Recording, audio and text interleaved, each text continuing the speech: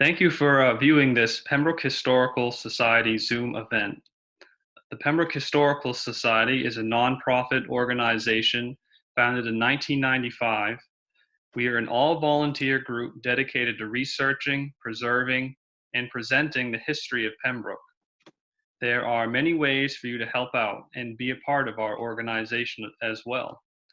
If you'd like to volunteer, please visit our website at pembroke-mainehistoricalsociety.org for more information.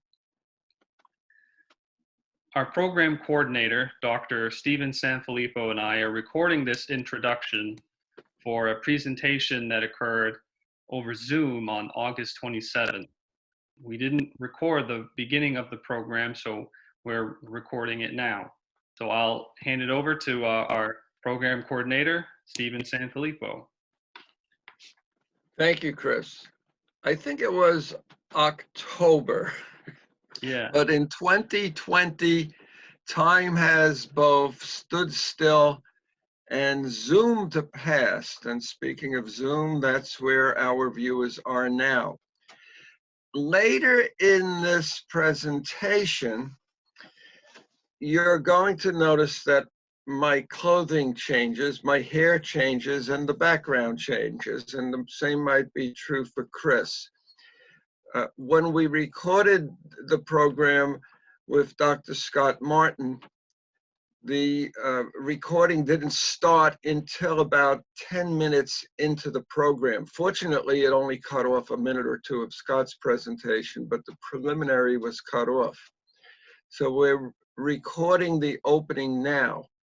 I'm sitting in a cubby hole of an office that I have in the second floor of our house in Southold, New York, on the North Fork of Long Island. And a little later, it's going to skip to a cubby hole of an office that I have behind the garage.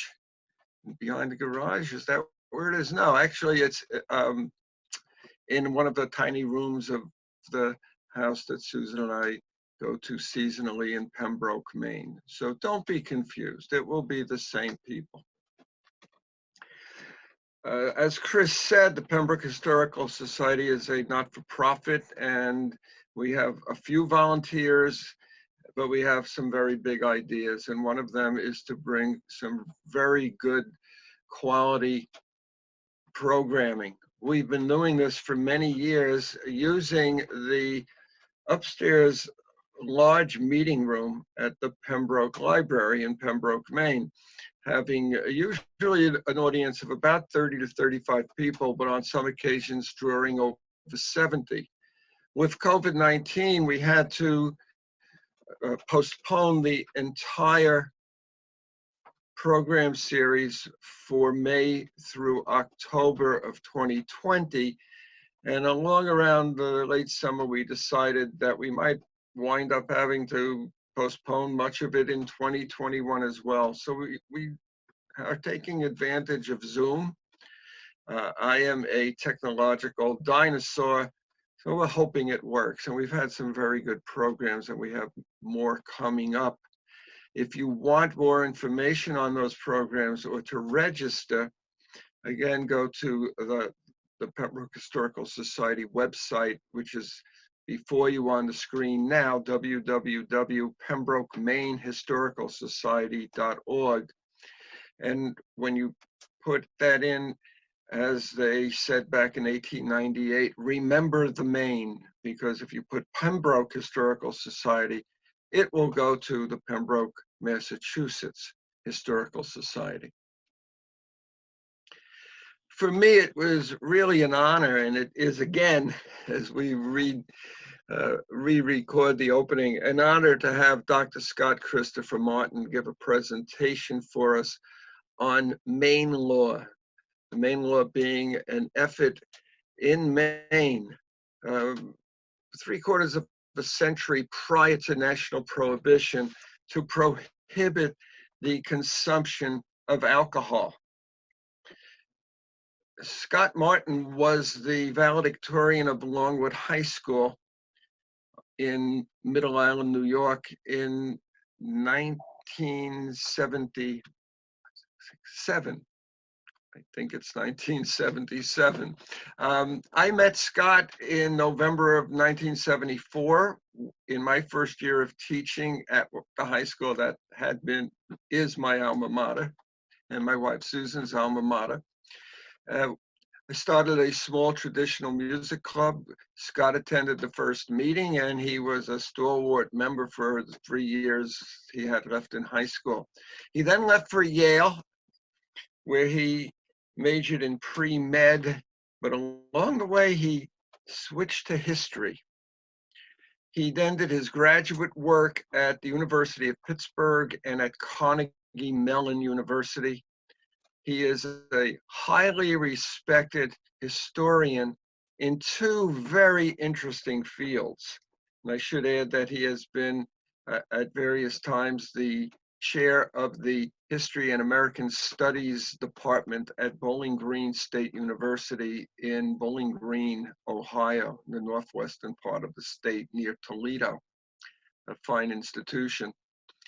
Scott did what really is some pioneering work in research and historical writing in the field of recreation. It doesn't sound like a heavy academic field, but in fact it is. What Scott was looking at in his graduate work and for many years in his professional life as an academic historian is, as leisure time developed, what was it used for? So if we go back to the time of the 12-hour work day, 6 days a week, and sometimes 13 out of every 14 days, there was not much leisure time. Certainly for women caring for a house before the age of modern conveniences, which in many ways actually added to housework, and raising what were traditionally very large families, there was not much leisure time. However, as we reach into the middle of the 1800s, actually going back into the late 1700s, but in the middle of the 1800s, leisure starts becoming available to upwardly mobile people in cities, and even in rural areas. What to do with that time? And there's a competition for that time, even if it might only be 2 hours, 4 or 5 days a week, and Sunday afternoons. A competition between the pool hall and the bowling alley, the men's gang kind of club, fire departments, volunteer fire departments, baseball clubs which were forming, the church, the Young Men's Christian Association, fraternal lodges, and many, many more. And they're competing for the time, the leisure time of men and of women as well as children, as childhood begins to become extended, as is said. A bit later in his academic life, Scott began to look at another interesting field, drugs and alcohol. And he became, for a while, the president of the Alcohol and Drugs Historical Society. It's not as much fun as it might sound to some of you. A very serious academic endeavor and an international organization. In fact, Scott recently attended a conference in China through that organization. And he and I have spoken, have presented in New York and I believe in Boston on various topics within that field. If you think about this for a moment, of the seriousness of the topic, think of exploration, colonialism, and imperialism in the mid to late 15th century, well into the 20th century, and the motivations that were involved. Tobacco, coca, tea, hemp, and various other substances that or crops that could be used in making various types of alcohol. So The economics of exploration and colonialism and imperialism were in many ways tied to particular drugs. If we take the American Southeast, what's now the Southeastern United States, particularly the Chesapeake area and North Carolina, um, the raising of tobacco as Europeans became addicted to tobacco. And of course, that leads to the plantation system, slavery. It's an absolutely fascinating field. The English colonizing India, raising opium, and then fighting a series of wars. This is simplifying it a bit, but fighting a series of wars in about 1830 to 1842 or 43 called the Opium Wars, to force China to allow opium into China as a market. Alcohol in America historically became a problem. We think of the early settlers, the Puritans, as being teetotalers, but certainly there were many throughout the colonies that were then to become the United States who were not.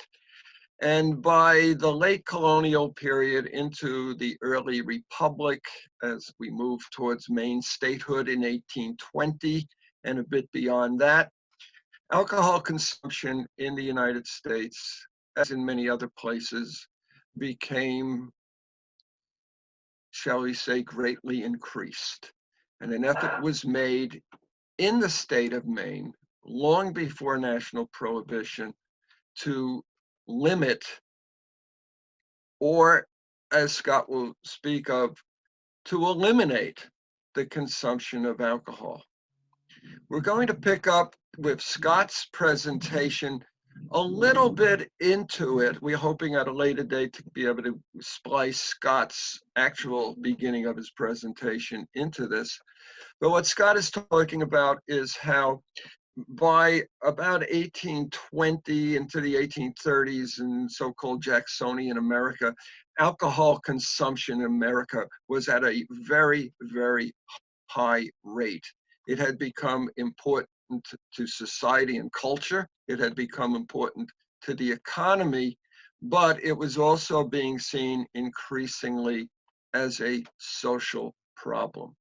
And so now we hope that this will splice well into the presentation by Dr. Scott Christopher Martin on the Maine Law and the early attempt at prohibition of alcohol in the state of Maine. Thank you. And now, Dr. Martin. And, popular participation, leaned in the of moral suasion, while as more sober-headed public officials, clergymen, doctors, began to think that it was only legal coercion which would really do the job. So suasion was much more palatable in a highly literate democratic society, particularly one which was chary of government infringement on individual rights. And this was certainly one of the major themes of Jacksonian America and Jacksonian democracy, that individual rights must be preserved against a tyrannical government. Suasion was also the accepted approach of other religious and secular forms. So if you think about evangelical churches, essentially what they're trying to do is to use moral suasion to convince people to come to church and find Jesus, and so on and so forth. And the same thing with other sorts of reform movements like educational reform, diet reform, and so on and so forth. So there's a long history of moral suasion being used. Coercion, on the other hand, embodied in various types of legislation, for example, requiring a license to sell alcohol, requiring a costly license to sell alcohol, requiring that you couldn't sell alcohol in less than 10 or 15 gallon quantities, eliminated reliance on enlightened self-interest or voluntary compliance. It essentially took the wiggle room out of the equation. Oops.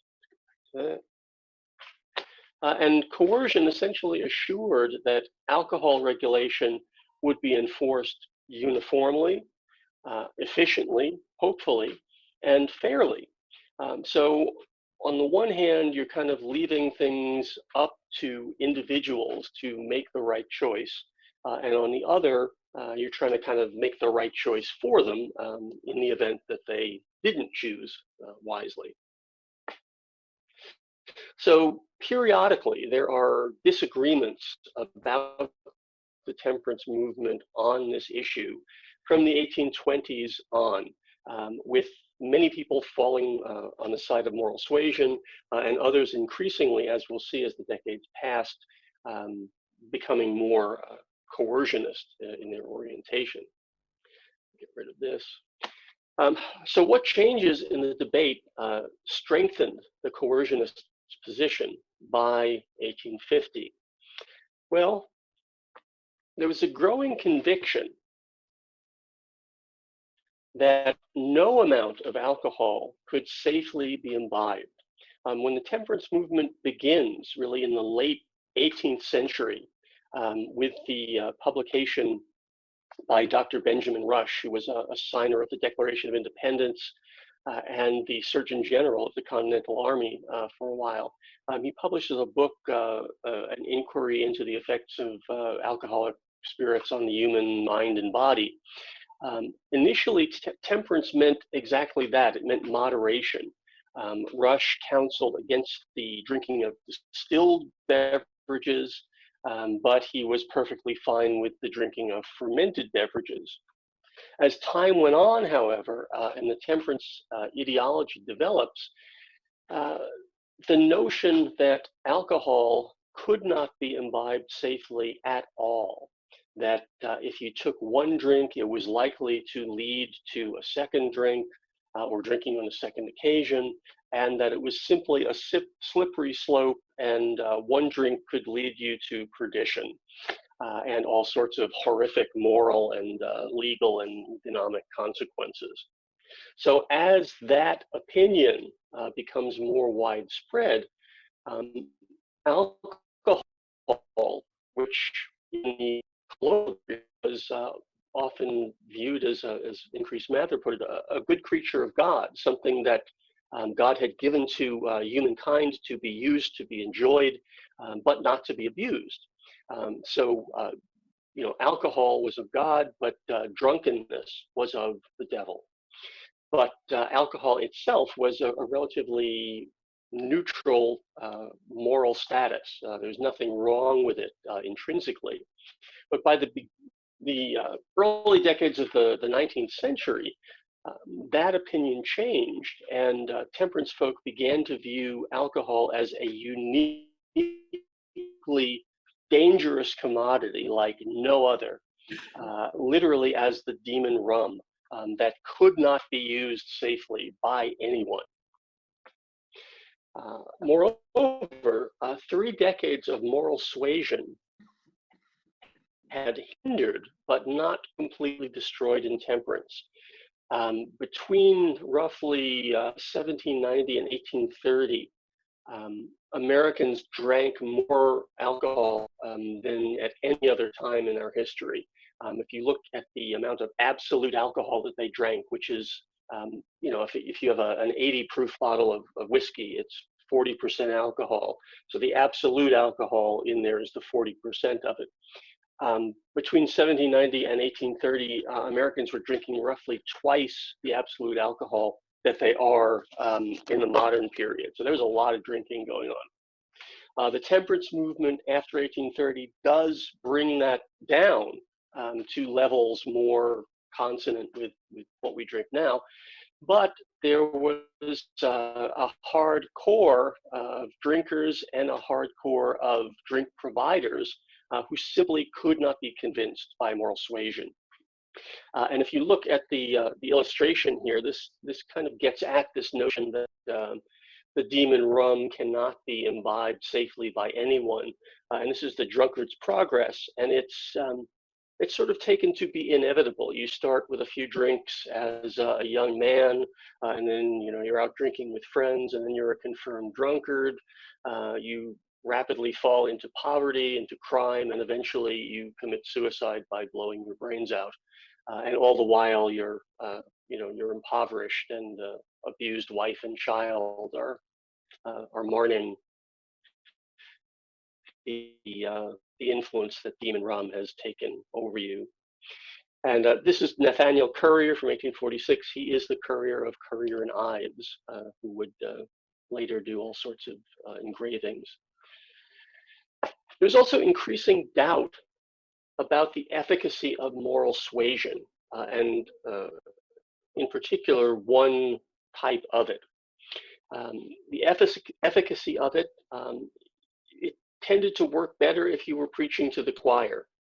Moral suasion worked well for people who were already temperate, already sober, and was very effective in keeping them from drinking or keeping them from starting to drink.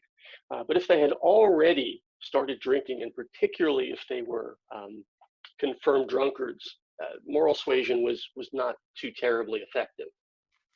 It was certainly no good beyond a certain point. You could not reason with a drunkard, many temperance folk concluded. It was certainly impossible to persuade those who were imbruted by alcohol. If you were likely to go into delirium tremens if you stopped drinking, moral suasion was not going to convince you to taper off and walk the straight and narrow.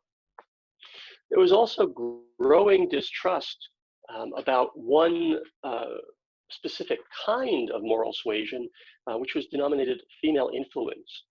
Now, this was since women were supposedly more religious, virtuous, moral than men, it made sense that they would be able to use their special relationships with men as wives, mothers, sisters, daughters, to work on men's emotions and intellect to convince them to stop drinking.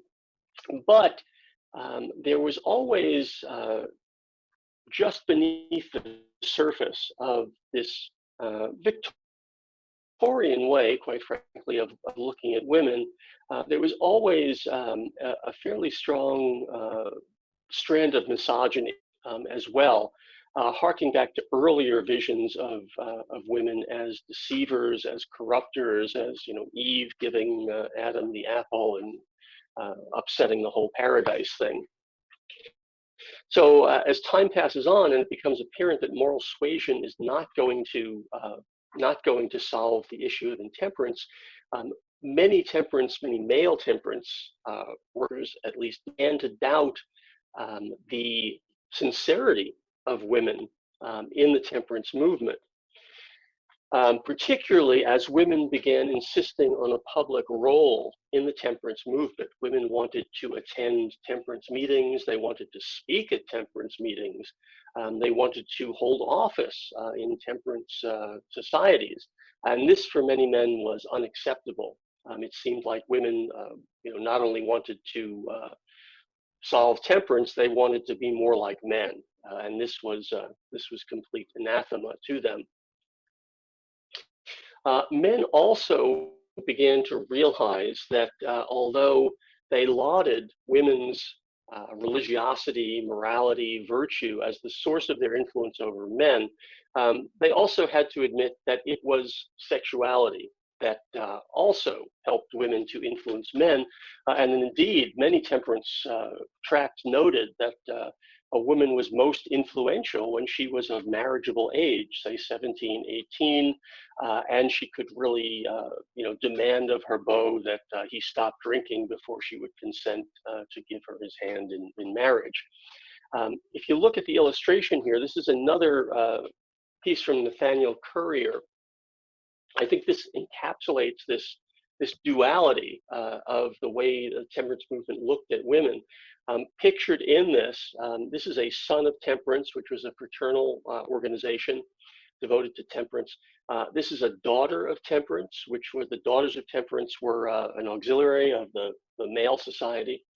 And here he is sort of in the horns of a dilemma, it would seem. The daughter of temperance is offering him a goblet of cold, pure water, and another woman who looks quite different than the daughter of temperance is taking his arm and suggesting he have a glass of wine and perhaps come over to the table with the cards and the dice and the snake wrapped around it. And you can see just from the duality of the way the women are presented. They both look, actually all of them look like they've been desanguinated for some reason. But in the daughter of temperance case, it's supposed to connote purity. But you can see for the woman representing intemperance, I suppose, her body is depicted very differently. You can see the outline of her thigh, of her breasts, which are really not visible in the daughter of temperance. So I've been looking at this image for more than a decade, and it's on the dust jacket of my book on temperance. And what I think is so interesting about it is I really haven't decided what this son of temperance is going to do. Whether or not he's going to take the goblet of water, or whether or not he's going to go to Las Vegas with the woman in the blue robe. So I think this, suggests one of the reasons that the temperance movement somewhat soured on moral suasion, and perhaps more so soured on relying on female influence. So the question there was, were women allies or foes? And if you couldn't decide, as this son of temperance seems to be unable to decide, what kind of tactics do you use then to reduce drinking? Before we go on, does anybody have any opinions about this image? Because I always find it interesting to see what people say. Can you hear me? Mm-hmm. Okay. Couple of things, Scott. I'll be quick. And I had some other things, but just with the image, who does she pick? You really have to look at the detail in it, such as the serpent wrapped around the stem of the table. That's not clear unless you look for it. But are you familiar with I should know the name of the painting, but there are many of them. We'll call it the Dilemma of Hercules, where he has to choose between, let us say, virtue and lust. Virtue, interestingly, is always shown as blonde, and lust as brunette. But there are several of these types of paintings where Hercules has to make a decision. And I'm thinking Handel wrote a short oratorio on the dilemma of Hercules, between having to choose between the rather dull, virtuous woman and the rather exciting woman who lacked virtue. So that's one way that you could possibly classic dilemma. Yeah. Yeah, we could leave Bill Clinton out of it, but yeah, it's the classic dilemma that many men would have faced, and I think that's an interesting comparison. And taking it to Hercules, you're already bringing it back over 2,000 years. I wonder. Anybody else want to weigh in on the? I wonder if the woman in the blue robe placed the gentleman's hand, his left hand, where it is now located. If she pulled it there, or if he has voluntarily placed it there, and what does that mean? I was going to say that too. I don't know. Sorry, go ahead. No, I was just going to say that because on the one hand, he's got one hand on the daughter, but then the other hand is on the other lady's thigh. He's more turned, I mean, kind of turning towards her. You know, the one foot is even like as if he's about to pivot in that direction, and he's looking in the direction of the woman in blue and the table. I kind of feel like he's actually going to go down that road. Yeah, I mean, the very indeterminacy of it is, I think, what makes it so interesting, particularly as we'll see in the context of the Maine Law. Anybody else? Just quickly, Scott, it seems to me that having studied the political parties of this period, that in fact this artwork and this banner design is exactly what the Democratic Party was using in 1852 to promote its candidates for presidency. I mean, the framing with the red velvet curtains, the banner at the bottom with the words that represent a certain theme here, and then even Grand National Temperance banner. It literally was Grand National Democratic banner. So I think this is a knock also. That's interesting. Political banner. Even that's the framing of it, I think. Yeah, that's interesting. Although, most of the temperance folk were probably not Democrats. Right. But that may be just a common vocabulary, a common, visual vocabulary. So I'll have to think about that. Thank you. Sure. Anybody else before we move along? I think the name of the work with Hercules is The Temptation of Hercules. The Temptation of Hercules. I think that's the name of it. Okay. So it's in this context, when we get to roughly mid-century, that there were some calls for prohibition before, but they begin to be taken more seriously by around mid-century, as it's clear that half measures, kind of legislation used to regulate rather than prohibit, didn't always do what they were supposed to do. Anything, it seemed, but total and systematic prohibition allowed the liquor trade to adapt and flourish. Local options, for example, giving cities the option to prohibit liquor within their boundaries was fine, but if the next town over didn't prohibit it, it made the boundary between these towns pretty porous, and liquor could certainly flow through it. License or no license. One tactic was to require vendors to purchase a license to sell liquor and putting it at a very high price to discourage people from doing that. As it turned out, the liquor trade was lucrative that even at high prices, licenses were purchased, or people simply sold liquor without the license. The same thing with what was called no license. This was a tactic in which municipalities would require a license to sell liquor. In other words, they weren't outlawing or prohibiting liquor, but they would then refuse to sell licenses to anyone. So sort of prohibition by the back door. But again, this seldom worked because illicit sales continued unabated without it. In 1838, there was what was called the petition year, as the temperance forces petitioned 6 states to pass some kind of regulatory mechanism to stem the tide of drunkenness and of an out-of-control liquor trade. Massachusetts in that year passes its famous 15-gallon law, and under this legislation, it was still legal to sell liquor, but you could only sell it in quantities of 15 gallons or more. So you couldn't go down to your local tavern and buy a single drink of liquor. The intent here was to limit access to liquor.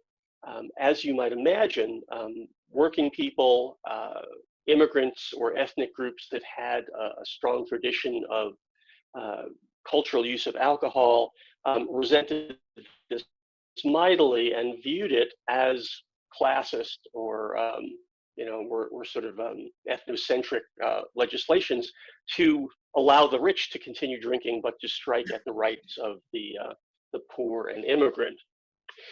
In 1838, there's a militia muster at Dedham, Massachusetts.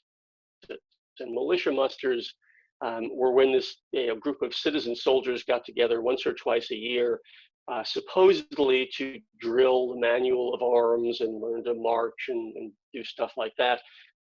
In practice, they were opportunities to get out of the house and drink a lot with your buddies. Now, Dedham is in Massachusetts, so they're under the rule of this 15-gallon law. But an entrepreneur in Dedham comes up with, they came up with a number of different stratagems for this.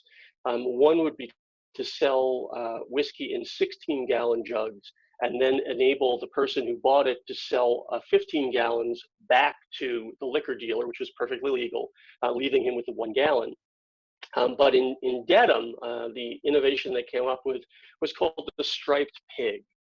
And this one tavern owner apparently painted stripes on a pig, put it in the back room of his establishment, and charged admission, relatively hefty admission, to see the striped pig.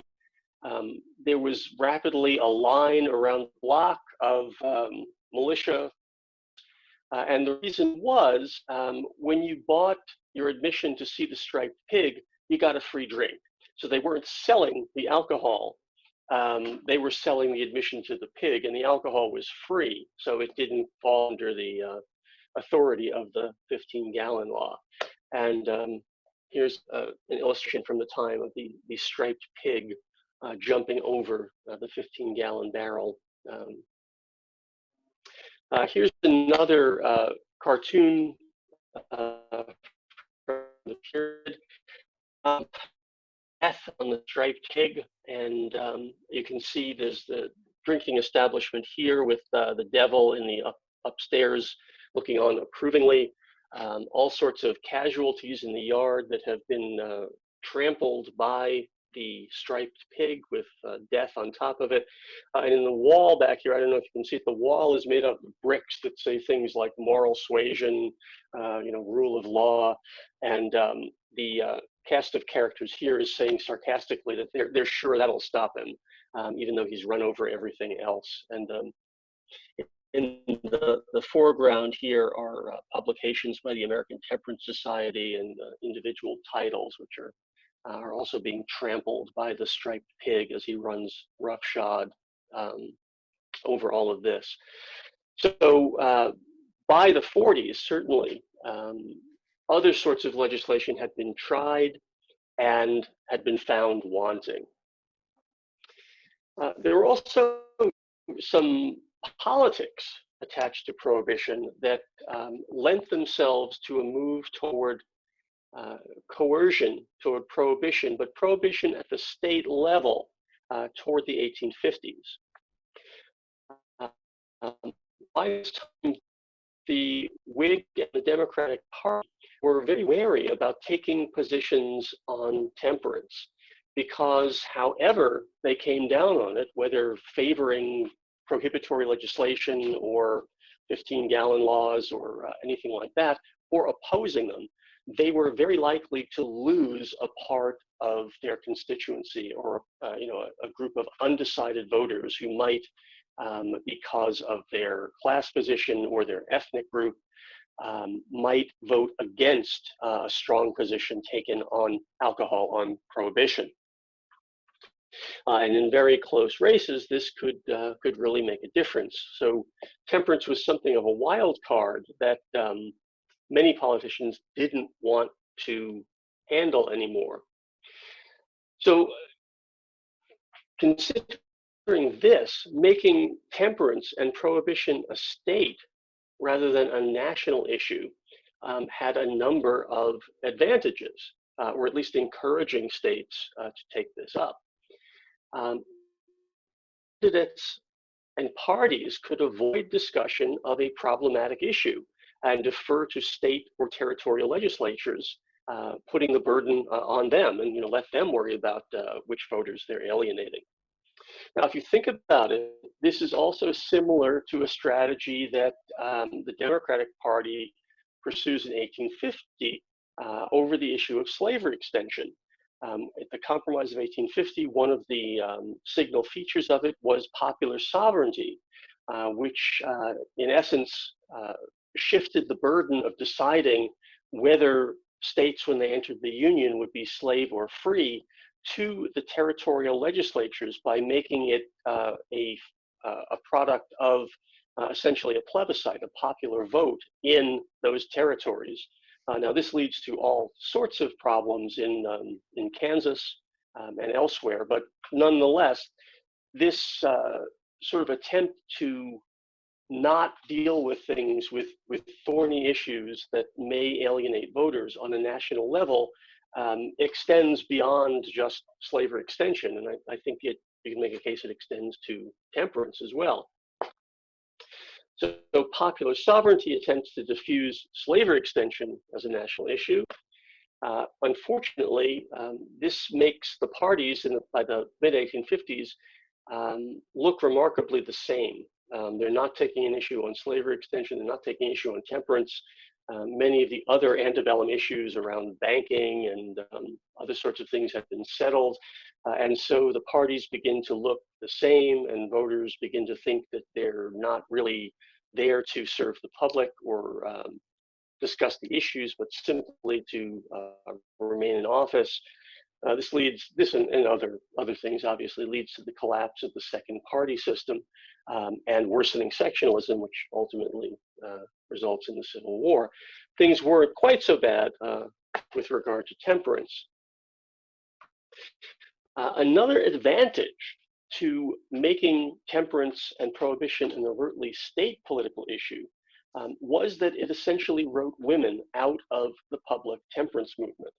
As long as temperance was a moral issue, women could claim some authority to intervene, either at the home through female influence, or in public by making the case that this is a woman's issue that needs to be addressed by men. If you make it not a moral issue, but a political issue or a legal issue, these are areas in which women are still prohibited from taking any action in. And so if you're one of the temperance advocates, male advocates, who is worried about whether women are against alcohol, passing coercive legislation essentially makes that issue moot altogether. So moving from the context to the text, I guess, why Maine? Why does Maine become the first state to pass prohibitory legislation? Maine, or the area that would become the state of Maine, had a long history of temperance reform even before statehood. New England in general had been a hotbed of reform of various sorts, including temperance. One of the earliest temperance societies was the Massachusetts Society for the Suppression of Intemperance. Does not come trippingly off the tongue. It was established in 1815, was very much of an elite affair of wealthy merchants, physicians, clergymen, banding together to try to regulate the drinking habits of the lower orders, and did not have tremendous influence and didn't last all that long, about a decade or a decade and a half. But even so, Portland in 1815 had the world's first total abstinence society. So even before temperance became a major issue on the national level, all of the states, advocates in Portland had taken the position that total abstinence was the only way to go to protect yourself against the ravages of alcohol.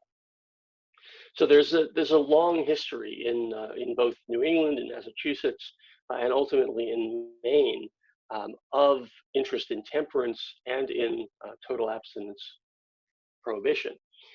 1834 in Maine, there's a state organization of individual temperance societies to coordinate efforts.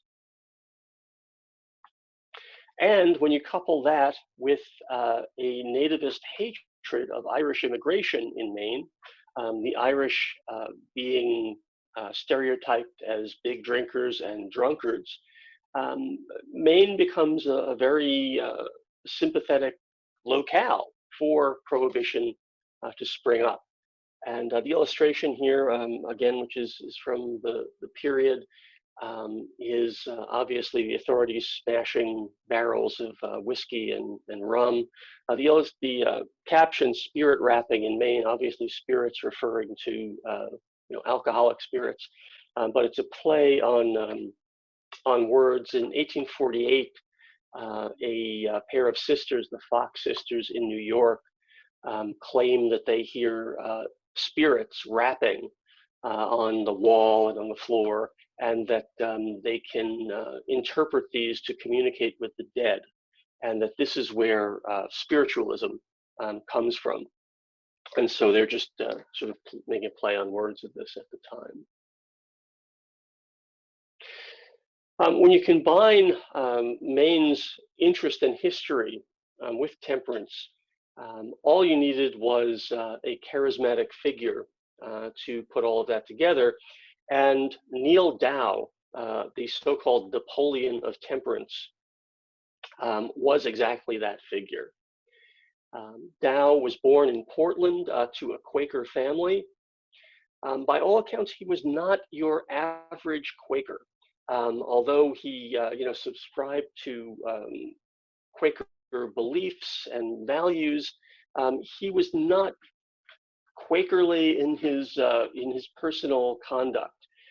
He was a fairly aggressive, argumentative person. He was not averse to conflict of any kind, whether verbal, political, or physical. In his youth, when he went to militia musters, he didn't like them, and you might assume it's because of the pacifist nature of Quakerism, but it wasn't that. He didn't like the drinking at them, and so he early on, and his family owns a tannery, so he sees the effects of alcohol on people who work for his family, and he becomes its adamant foe. So he just detests alcohol in all its forms and in all of its influences on society. There were three, sort of big anti-campaigns for reform at the time: anti-slavery, anti-alcohol, and anti-immigrant. And Neil Dow was in on all of them. He was heavily committed to all three of those. So Dow begins to militate for state prohibition in the 1830s. He is very persistent. His family is reasonably well-to-do, so he has some connections in the state capital, and he's able to lobby lawmakers, but the prohibitory laws that he promoted didn't get much traction until the 1840s. In 1846, Dow convinces the Maine legislature to pass a milder version of the Maine Law, which had penalties for selling liquor, but the penalties were so small that liquor vendors just sort of thought of them as the cost of doing business, and paid these minor fines and just went about their merry way. In 1850, Dow becomes president of the Maine Temperance Union, and thus president of all of the temperance societies in Maine, and thus consolidating his influence and his power within the state. In 1851, Dow is elected the mayor of Portland as a Whig, and he rapidly, Portland being the most important city in Maine, so the mayor of Portland is a very influential figure in the state. Dow uses his connections. He personally lobbies the governor, and he convinces them to pass state prohibitory legislation, which would come to be known as the Maine Law. Now, there were great expectations for prohibition in Maine, and Dow was responsible in many instances for promoting these. The idea was that if you prohibit alcohol, there'll be no more need for jails or prisons. The almshouses and poorhouses will be empty. There'll be no crime. There'll be no poverty. Liquor being the source of all of these manifold evils in one way or another. So nothing less than a complete moral reformation of the entire state was argued for by Dow and his allies.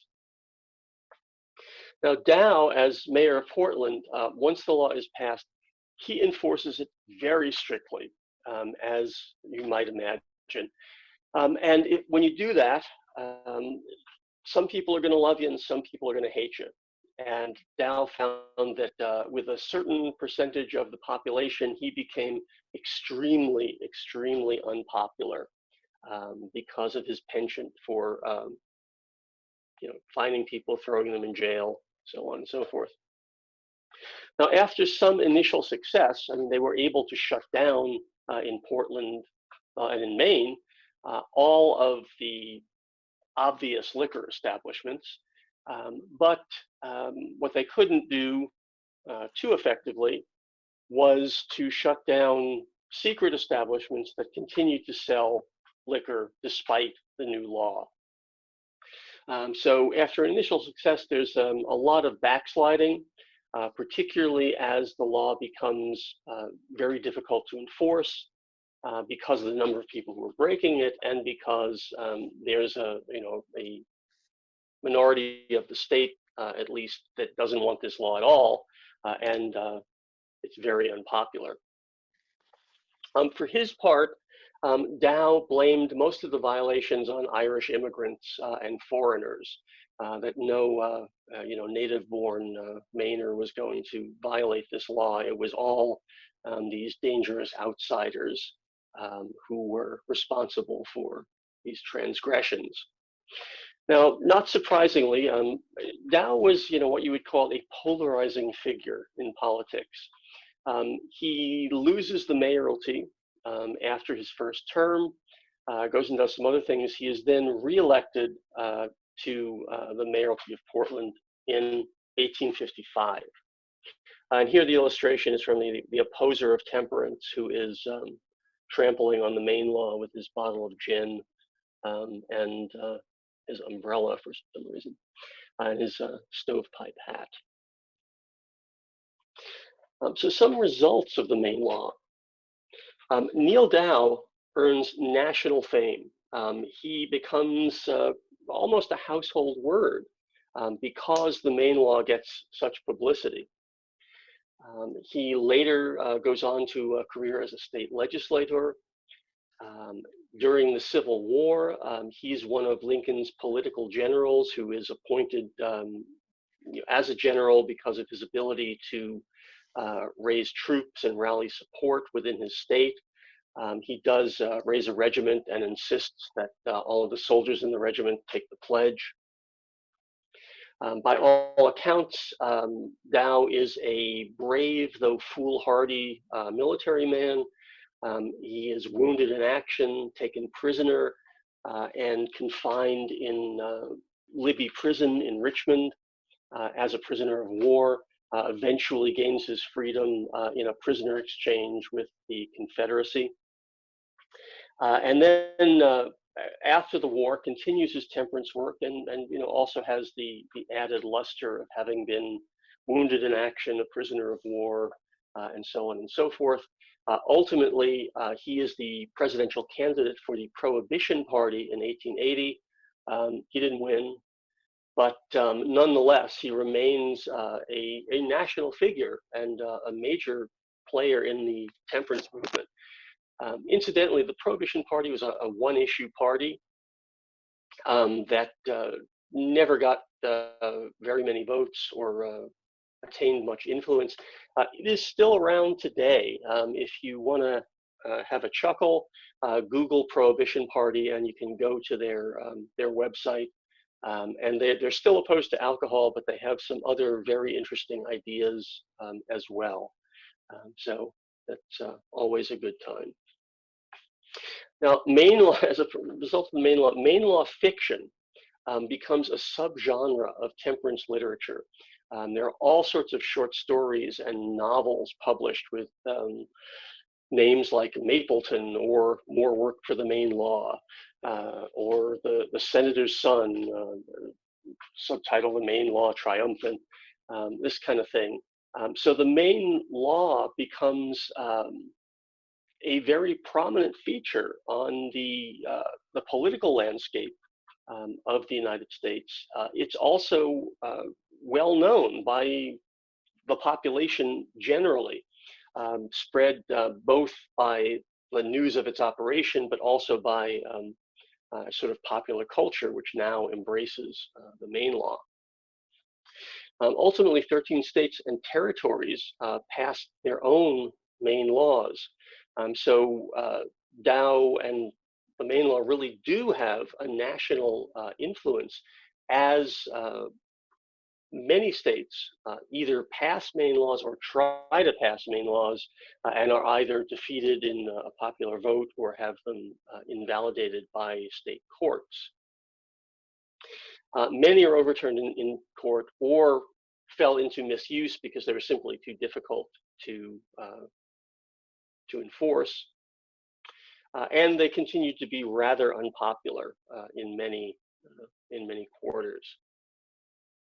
They did, however, bring lasting attention to prohibition as a viable and effective tactic in the war against alcohol. This is a map from, I think, 1855. The states in green are those that passed Maine laws.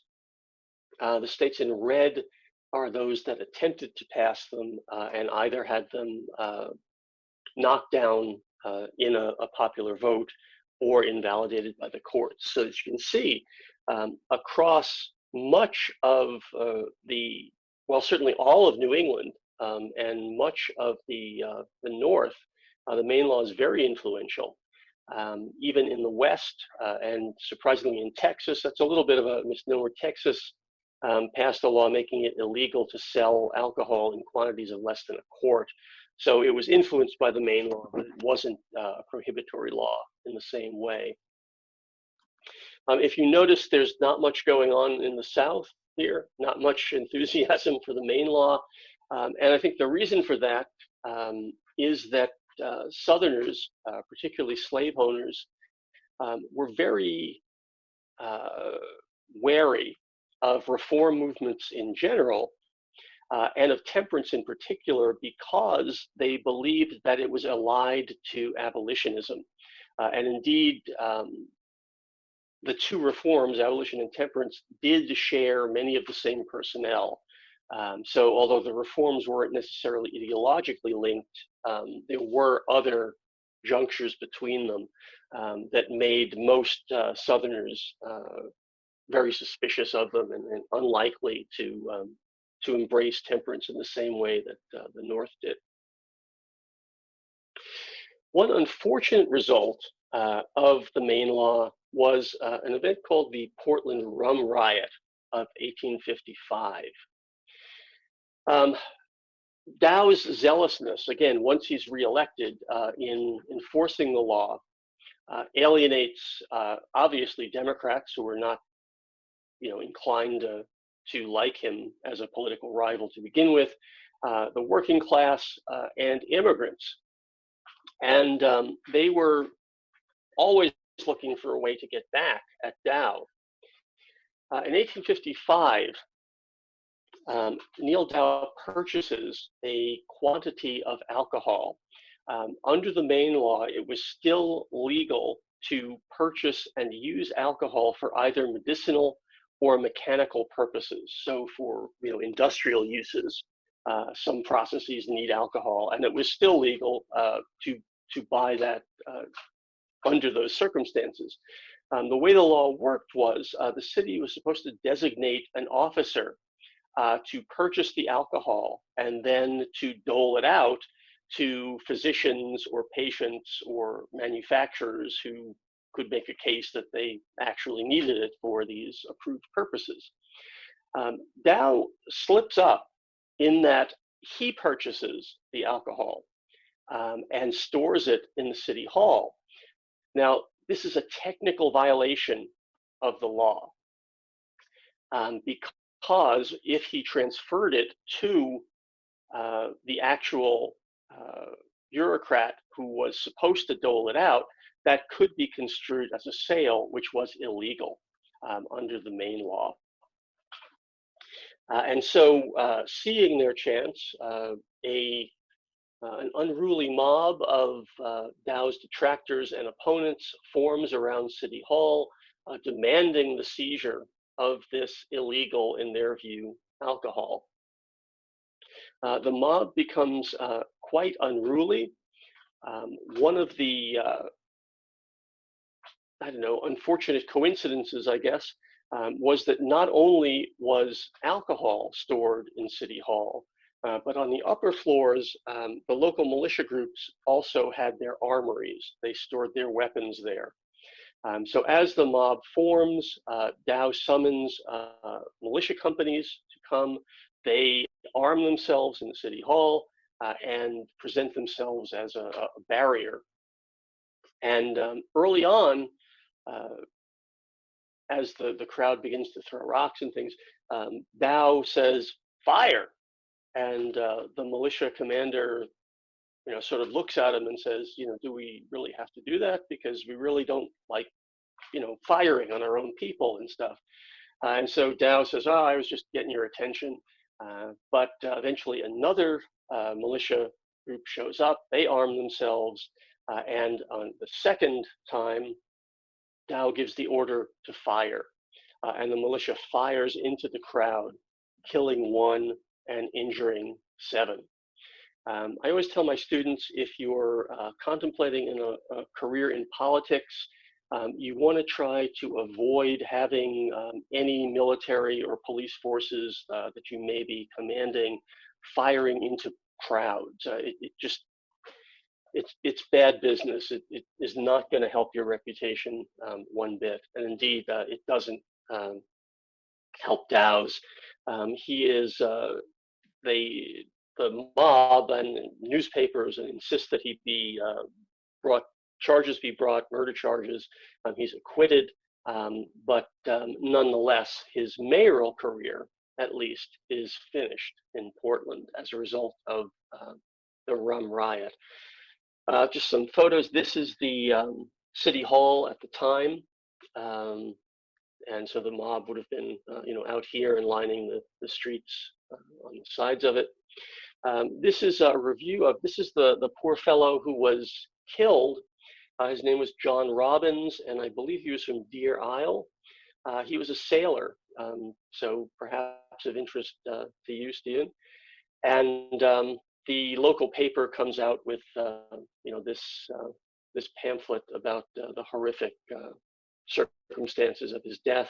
And there's Dow looking not so Quakerly and very martial. This is not a contemporary photo. This is from during the Civil War, but you can see his willingness to fire on civilians, would seem to suggest he might have a military career ahead of him.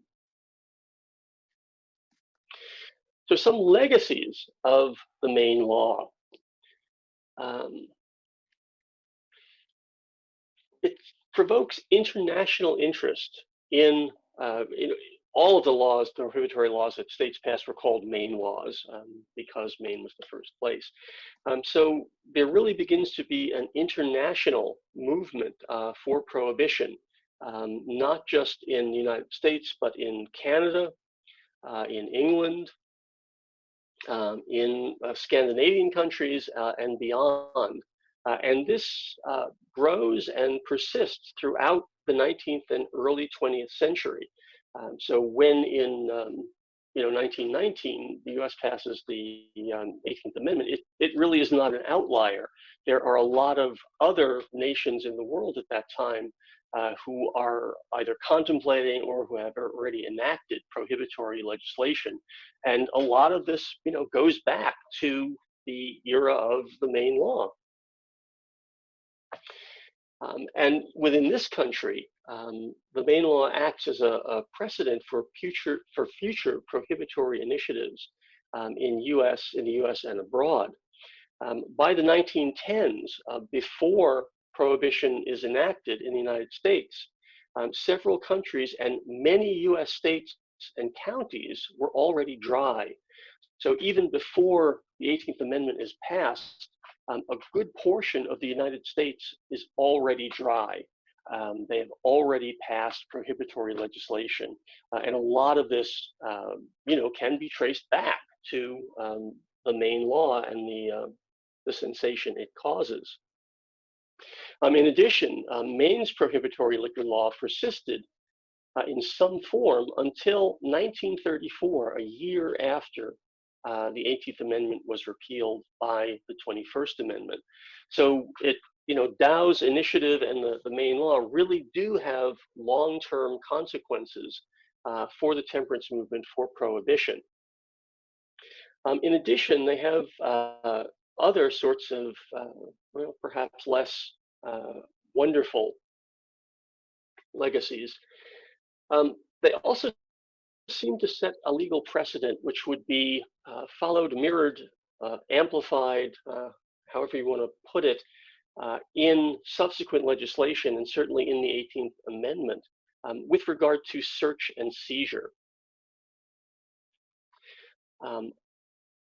Dow's Maine Law set procedures for securing warrants that attempted to remedy the problems that temperance forces had before this.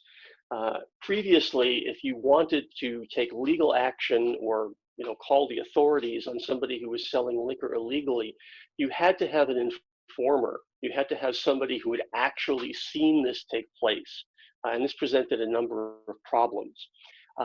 The Maine Law stipulated that if 3 citizens swore to a magistrate that they had reason to believe that liquor was being illegally stored or sold in an establishment, that was enough to get a search warrant. And in a private residence, you only needed one petitioner to get this kind of warrant. This allowed the authorities to search the premises, but also to seize and destroy the liquor. And this was also very much unique and new.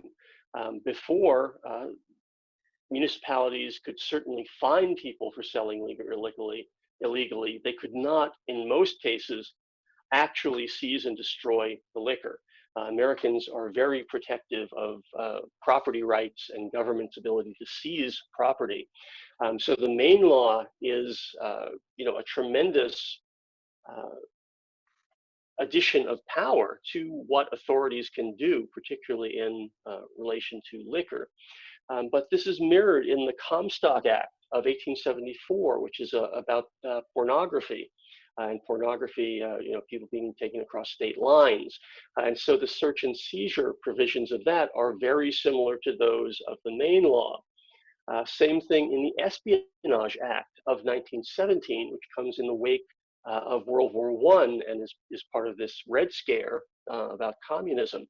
So the legal precedent set by the Maine Law in terms of how warrants can be secured, how searches and seizures of property can be effected, has a much longer time span.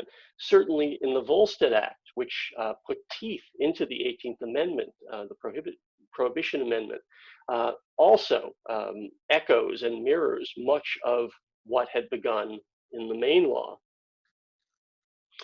So there's a lasting impact on government's ability to conduct searches and seize property. And again, not only in the case of alcohol, but in other things, and more recently in the war on drugs, when the seizure of property involved in drug sales, of houses, of cars, of boats, has become a major source of revenue for funding the drug war. So a lot of this can be traced back to the Maine Law and to Neil Dow. So I will stop there and